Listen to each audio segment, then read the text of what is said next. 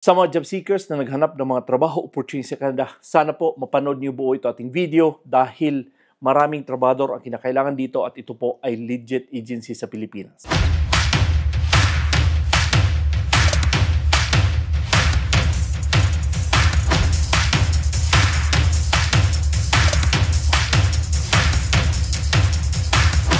Kabayan, kumusta? Anong balita sa inyo?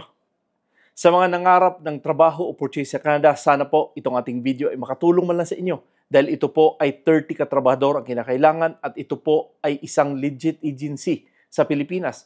At again, sinasabi ko sa inyo na sana po ay makita mo natin kung ano ba ang mga hinahanap ni agency upang kayo nga ay matanggap dito. No? Kung kayo man ay mga 18 years old and above, pwede kayo dito. But again, hindi natin alam kung ilang edad talaga ang above nila. Okay? So, but again, sinasabi sa inyo na dito sa pag-apply sa Canada, importante na kayo ay mag-apply kung kayo man ay may mga qualification. Dahil ang mga employer or itong mga agency ay talagang namimili sila ng mga good quality ng mga tao. Kaya nga sinasabi sa inyo, alam ko naman na marami tayong mga kaubayan na nagnais na mag-apply sa Canada na mga good quality, no? Na sabi ko sa inyo, mga qualify sa trabaho. So tayo, ang gawin natin ay ayusin natin yung ating mga resume upang makita nila na, uy, ayos to ah. So may pagkakataon na kayo ay tawagan ng mga agency kung maganda ang inyong resume. No?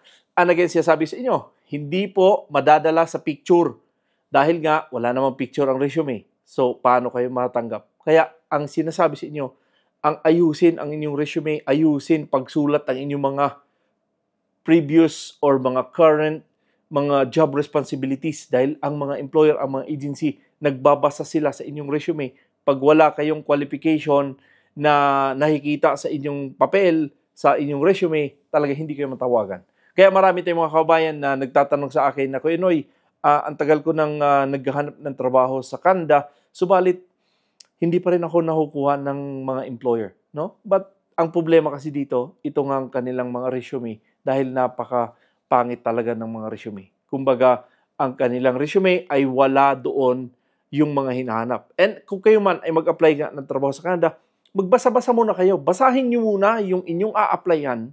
Sa tingin ninyo na meron kayong ganyang klaseng trabaho, kopyahin nyo, ilagay sa resume para magmamatch ang inyong qualification sa kanilang hinahanap.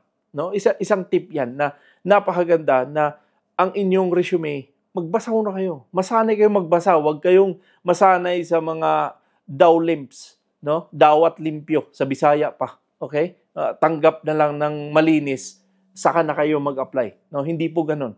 Kayo ay magbasa, kayo ay mag-research, and then kung sa tingin ninyo kayo qualify, then again, isend nyo yung inyong resume para hindi masayang yung inyong mga pag-a-apply dito. Ang inyong oras hindi masasayang.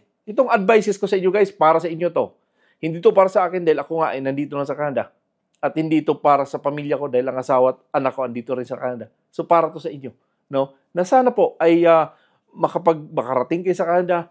Itong mga sinasabi sa inyo, napakagandang mga ideas to, ayusin ang inyong mga resume. Okay? So, but anyway guys, again, puntahan natin yung website ng workabroad.ph dahil ito po yung nakapost doon. At again, ito po ang First Dynamic ay naghanap sila ng 30 katrabador. Halika, tingnan natin. So yun guys, ito po ang First Dynamic Personnel Resources Incorporated. Ito po yung agency. And again, ito po ang kanilang hinahanap, itong offset printing press operator.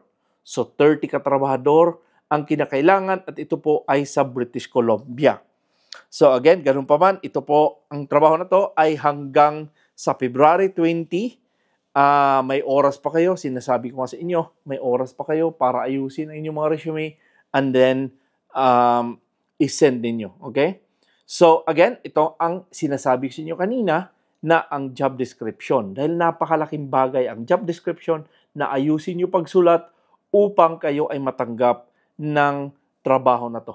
Okay? So again, ito po ang job description, printing, bindery, label making, brochure making, and various printing. Our manufacturing and printing press companies specialize in offset.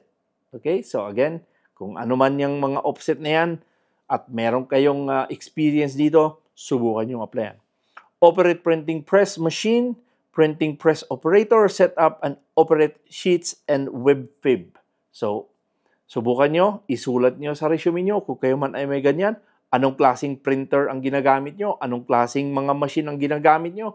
Isulat nyo dyan para mas maganda na specify yung inyong mga pagdating sa operation. Okay?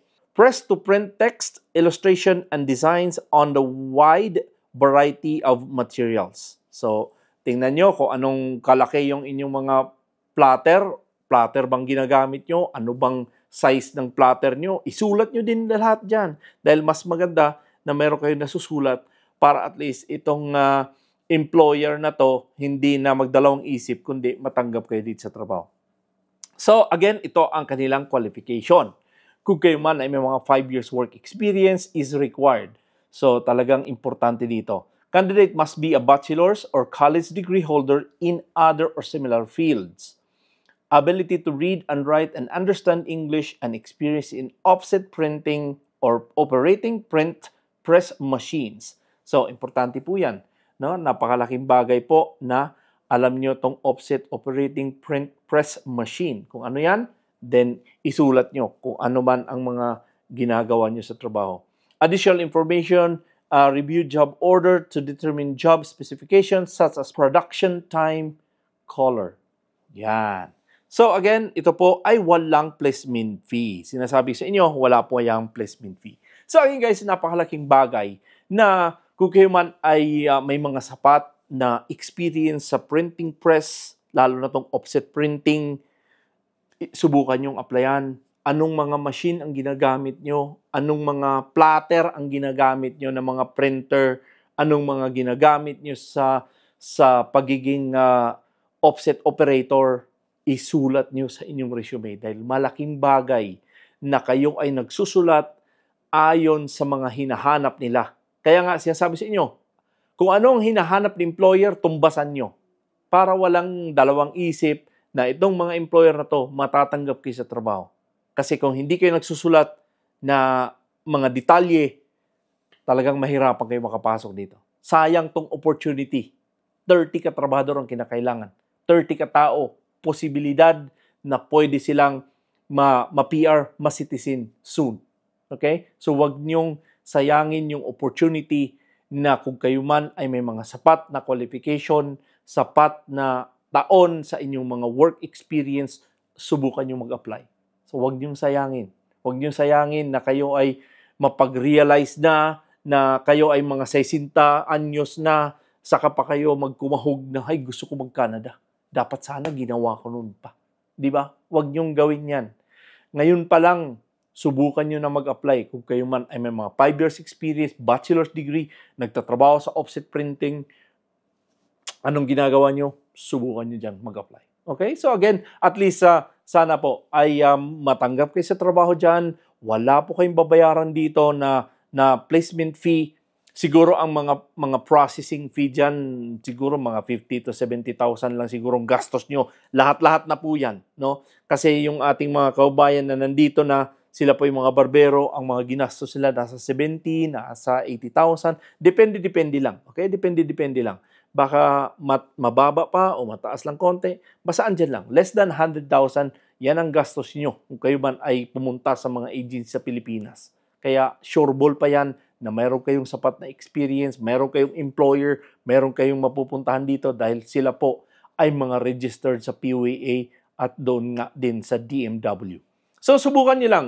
Kung hindi man to para sa inyo, subukan nyo pumunta sa DMW website, punta kayo sa PUAA website, tingnan nyo kung anong mga listahan nila na papunta ng Canada dahil maraming mga agency naman dyan na nag-apply sila, papunta ng Canada, baka meron silang hiring na para sa inyo. Subukan nyo lang. Okay? Sinasabi sa inyo, mag-research kayo para at least kayo ay magkaroon ng opportunity nga dito sa Canada.